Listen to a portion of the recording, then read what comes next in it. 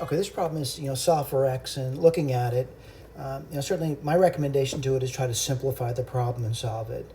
This is the same question that I've given my Math 119 students. The only difference is we're going to show there's only one solution to this problem, one real solution. So the first thing I'll do is look at the exponent because it looks pretty difficult to me. So what I'm indicating over here is I just want to look at the exponent. All right, so I'm going to look at. So if I write this down, I'm going to write down the exponent's x raised to the power 1 over the natural log of x. Again, I'm just looking at the exponent. And I'm going to say I want to simplify that, and I don't know what the simple form is. I'm just going to say it's y. The next thing I do is I want to take the natural log of both sides, sort of get the exponent to come down, by the way. So what would you get? You would get the natural log of y. And on the right side, you would get, let's see, you would get, well, we'd get 1 over the natural log of x. That exponent's coming down, natural log of x. All right, now before I proceed forward, I want to point out e to the x is always a positive number. All right, so what do I know about x? X has to be a positive number, all right, just looking at this thing over here.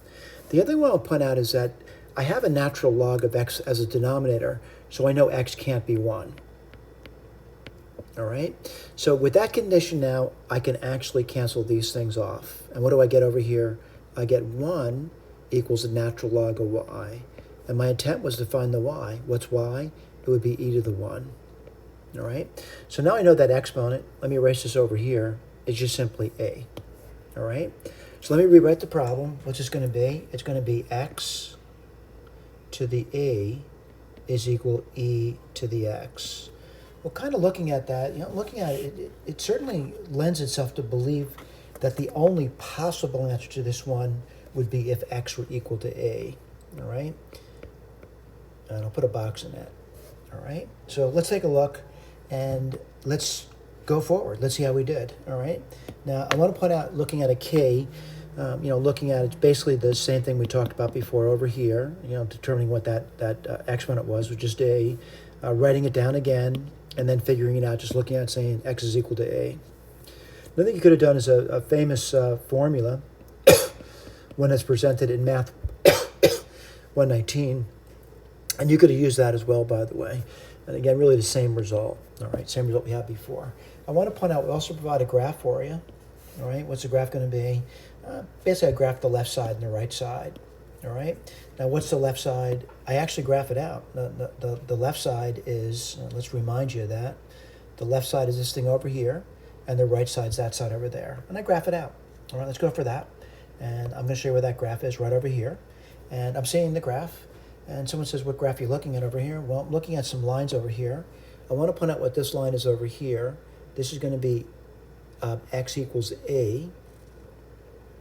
This over here is x, not x, it's y, right? And this is y equals e to the e, all right? That's your point of intersection, by the way, where x is e and the y would be e to the a. And then, looking at it, I do have a graph over here, and I hope you can differentiate between the two. The green graph, the green one, is going to be y equals e to the x. And the magenta color graph, the magenta, is going to be y equals x to the x, and that's going to be 1 over the natural log of x. All right, and that's actually graphed out by a machine. What do I notice about it? I notice looking at it that they certainly have, one always appears to be bigger than the other, but they certainly get very close over here. And I'm just drawing a region of it, by the way. So what I want to do is go back to the calculus portion. And this is, we just finished the 119 portion of it. We want to go back to the calculus portion of this problem over here. And certainly, reading through it, you always say over here, it says, I graph the left and right side. You do need to verify something, which I want to be honest with you is a tough verification. And the verification is that e to the x is greater than x to the a. And we'll go through that, by the way, on the interval, blah, blah, blah. And the reason for that is we're kind of looking at derivatives now, all right? And looking at this over here, and let's take a look at that. You got the y problem, you got the let's see, the other y is x to the e. We'll go through that momentarily, by the way. And then you differentiate, fairly simple. You evaluate it at e, and that's what we're saying the point of intersection is evaluated at e. So they share a common tangent line, all right? Now, again, I'm going to say it's, looking at the derivatives, it's pretty easy to verify that they agree at e, all right? You get a common tangent line there. So the issue for me now is I want to show that that this is true on the interval, all right? Now someone says, what are you really trying to show here? I'm really trying to show this over here, all right? And again, I want to point out, this thing, although written in a very strange way, is really just x to the e and e to the x. So that's all that thing is, by the way. With the understanding that x is greater than 0 and x is not equal to 1, all right? That's an understanding there. So really what we're trying to do is we're trying to show that one curve is above the other at all times except at e, which means I only have one solution. And we're going to use calculus to do that, by the way. So I write it down. I write down the equation down.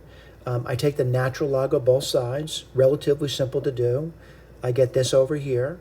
I solve for 0, and then I call it a function. All right? Then what I do with the function, I look at the limit as x goes towards 0 from the right. Let me write that down for you. The limit as x goes to 0 from the right. There's a point to this, by the way, and that's going to be what? Let's see. F of x is going to be x minus e to the natural log of x. All right? Now, kind of looking at it, I hope you realize that x grows incredibly quick compared to the natural log. Just look at their graphs, by the way. So this is going to be plus infinity. And then I look at the limit as x goes towards infinity of the same thing, by the way, x minus e to the natural, e natural log of x. And again, maybe I wasn't too clear in the first limit, by the way. I should go back over that. I think I misspoke. I think I was doing the other limit. This one grows faster, plus infinity. Sorry about that. Let me do the 0 again. So, looking at it, I want to point out this goes towards 0. This goes towards minus infinity, and minus of minus infinity is plus infinity. And I misspoke initially. So what do I know about this over here? Again, I know the thing is shooting straight up here and straight up over there, all right? So what I want to do is I want to see what happens in between, though. And what I'm hoping for is I'm hoping that, that I get some minimal point on there. And it would be nice to find out what that minimal point is. And the way we do that is we take a derivative. And the derivative of this function here is rather easy to do. It's right over here. It's a very easy derivative, by the way. And this only has one critical value. And what's that critical value going to be? Where x is equal to e. So what I want to do, the critical value is where x equals to e. So what do you get over here? You're getting a graph that has a minimal value there. Now, what's the function evaluated at e? Because we're graphing f of x, by the way. Well, at e, the value of the graph, and the graph is this over here, is going to be what? It's going to be e minus e, which is 0. So I know I got a 0 over here. Now, I'm going to do some sign analysis, and I'm going to pick a point over here. Like, for example, a point past e would be 5, and plug it in. It would be positive. Now, what does that mean? It's increasing. I'll do that. And below e, if I take a number like 1, it's going to be negative. And what does that mean? It's decreasing, something like this over here. So what have I shown? I've shown there's a minimum over here. Basically, we're showing there's only one solution to the problem, and that's what we want to do. We want to show there's one solution to it. We did that. I want to take a look at a better graph, by the way, and one's being provided over here. Let's take a look at it, figure 71, right over here. It's a better looking graph, and that line over here is going to be x equals e. What about this? This is the graph of f of x equals, let me remind you what that is. That graph was x minus e ln x. Oops. And that's all I graphed that over there. What did we do? We took the derivative.